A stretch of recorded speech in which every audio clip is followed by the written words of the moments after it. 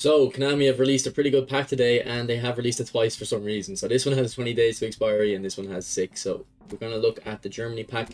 I think Rumi is a great striker. Kahn's whatever, he's a good keeper. But Matthaus, I think, is probably best centre. He is the best centre mid in the game for me. And I think he should be on that list of players that everyone really wants, like Vieira and Hullet, because this guy is amazing for me. I can nearly already have 1,000 games with him, and I think he's so underrated because I think people build him wrong. They don't understand how to build cards, so I'm going to give you the best build for this Matthaus because it might look a bit strange to build I put on him. Trust me, you've seen it from that goals to game ratio with the assists, and that's not even why he's good. He's a very, very strong player. So starting off with Matthaus. He is a box-to-box. We got an orchestrator version not too long ago. I do think box-to-box suits him very well. He has got a very high weak foot, and then his starting skills are like so. But if we go into the build, this is what I'm looking at first. So I've got two builds. First one here has 85 type possession for that +3. Same with the passing. Get a 78 finishing, so the +2 will take it to 80. His defensive stats will go all to 90 once you get the hard worker boost with the manager boost on. And then he has got very high speed, very high kicking power, and great balance. So the reason this Matthaus is so good is because he's got great defensive stats, but also that speed, particularly in centre mid, is going to be very valuable for running around and intercepting the ball. The previous Matthaus that I have is one of the best dribblers in the game, and he doesn't have good dribbling stats, but the reason he's got such good dribbling ability in the game is because his balance is so high. So it's good to see that on the new card. This one also has high balance, but then also has higher type possession. His finishing at 80 is going to be just fine because his kicking power is 95. My version of Matthaus is very clinical in front of goal because he has 99 kicking power but only 74 finishing, so the kicking power is compensating for that a lot. I mean, if you look at his stats for a centre mid, I think 100 goals is a very fair return when you've got these three. Or I guess it's looking more like this now, up front getting most of the goals. If he can come in with 1 goal every, 8, 9 or 10 games, it's going to get you that little kind of extra step over the line. Okay, so this build doesn't make use of the booster, so the next one does, so we move over onto that now. You can see we've decided to put 1 point into, or the booster into shutdown to get the defending stats up, so we're all on 90s there, and that allows us to keep the 88 type possession. On this build I've decided to lower the passing stats just because I have 80 passed on my Matthaus and he seems just fine. But we have increased the finishing by quite a bit, and the reason I feel like, even though the 74 finishing I think it was on the old Matthaus, and trust me, when we're in game he very rarely misses. But the reason I think you do need more finishing on this one is just because we don't have the 99 kicking power on this Matthaus. So 95 is going to be very good, but I don't know if it's going to be extremely consistent with 74 finishing. So because we're on 95, we went to finishing up a little bit. And also we get curl onto 80 as well as that. But the reason I like this build a lot is because he actually does have better balance as well. So he has 90 balance now. And if we actually look at his player model, he has got quite good leg coverage for a short guy as well. I think he's 173 centimeters. So trust me, this guy is amazing in game. Now, if we look at the skills, these are the skills I put on the last Matthaus, so we're going to try kind of recreate that in the new card. So first off, this Matthaus needs track back. Once you give him track back, he becomes amazing. Pretty much every midfielder should have track back, but particularly Matthaus is a good candidate for him because he's got high aggression and very high speed. So when he's pressing the opponent more often, because of track back, he'll be very good at it because he's so quick and then also strong into the tackle. Next, I would go for double touch, cut behind and turn, and then weighted pass. I think particularly if you're going for that second build with the lower passing, weighted pass is going to be a big benefit. I actually didn't know I had weighted pass on the original Matthaus that I have, and that kind of does explain why even when that Matthaus only has about 80 of the pass stats, he's such a consistent passer for me. So definitely throw weighted pass on Matthaus if you're going for a low passing build. And then for that last skill slot, you really have two choices. It's either between soul control and fighting spirit for me. Now this Matthaus is going to have very high stamina if we have a look. 98 stamina, but in this game I still think stamina isn't that reliable, so you might want to put fighting spirit on because once you get below 50% stamina you get a penalty to your stats, and even with 98 he will go below 50 relatively early. That's just kind of the way stamina works in this game. So fighting spirit is a very strong consideration.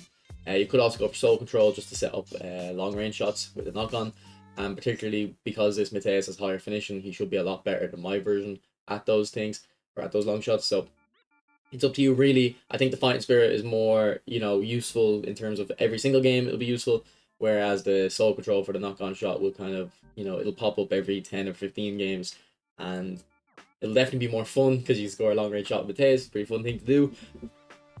But in terms of pure effectiveness, I would probably lean towards fighting spirit. And then if anyone's wondering about the fortress skill, essentially just boosts your defending stats in the second half if you are winning. I haven't really got a Fortress card, I don't think, so I don't know if it works like really effectively or not. But just that's what it does for those that are curious. Okay, next we'll move on to Oliver Kahn. So Oliver Kahn's a goalkeeper. I'm not going to spend too much time on him, but this is the build I would go for. If we take the boost off, you can see we do have 85 jump there, and then the boost will take us to 101 goalkeeping awareness with at least 90 on all goalkeeping stats. So that looks pretty good to me. Then you can just put the goalkeeper booster on. I don't think there'd be much else you would really do.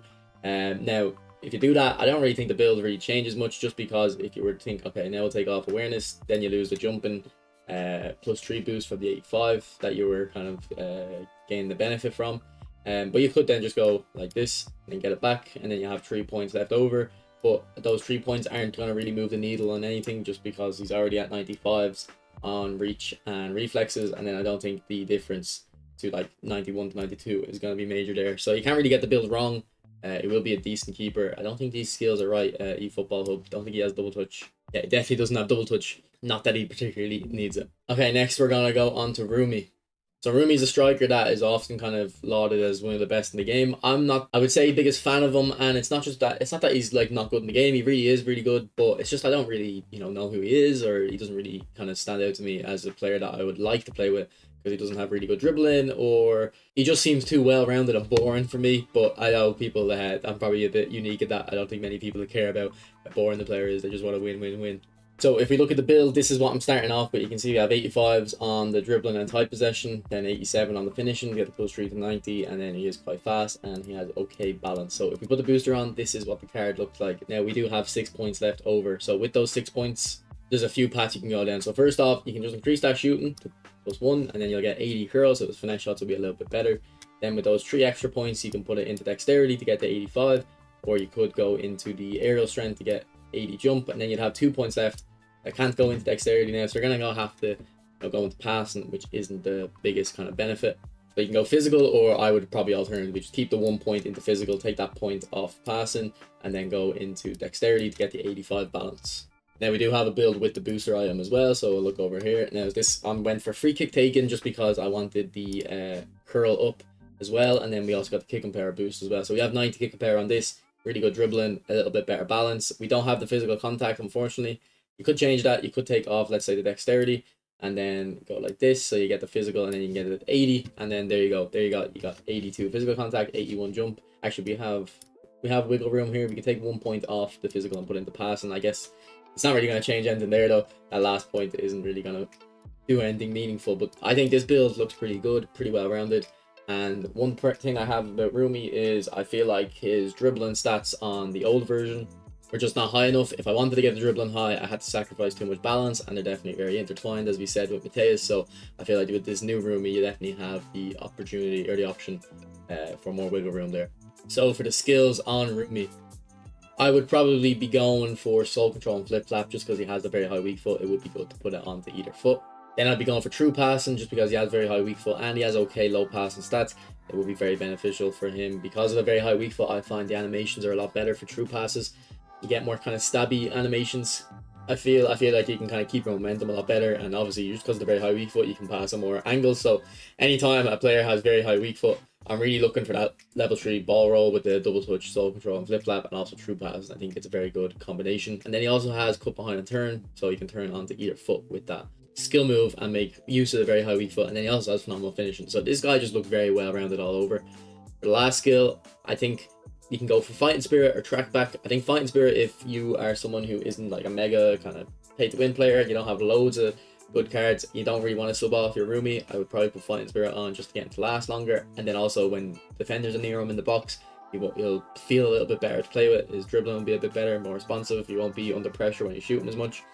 But if you're someone like me who kind of has a stacked team and plenty of options to rotate, I'd probably go for track back, just because his other cards usually have it, and he's just very fast and kind of physical, and he's just going to be able to press the opponent really good high up the pitch and win the ball high up. So if you don't mind, tiring him out and then sub him off in the 60th or 70th minute, I'd go for track back instead.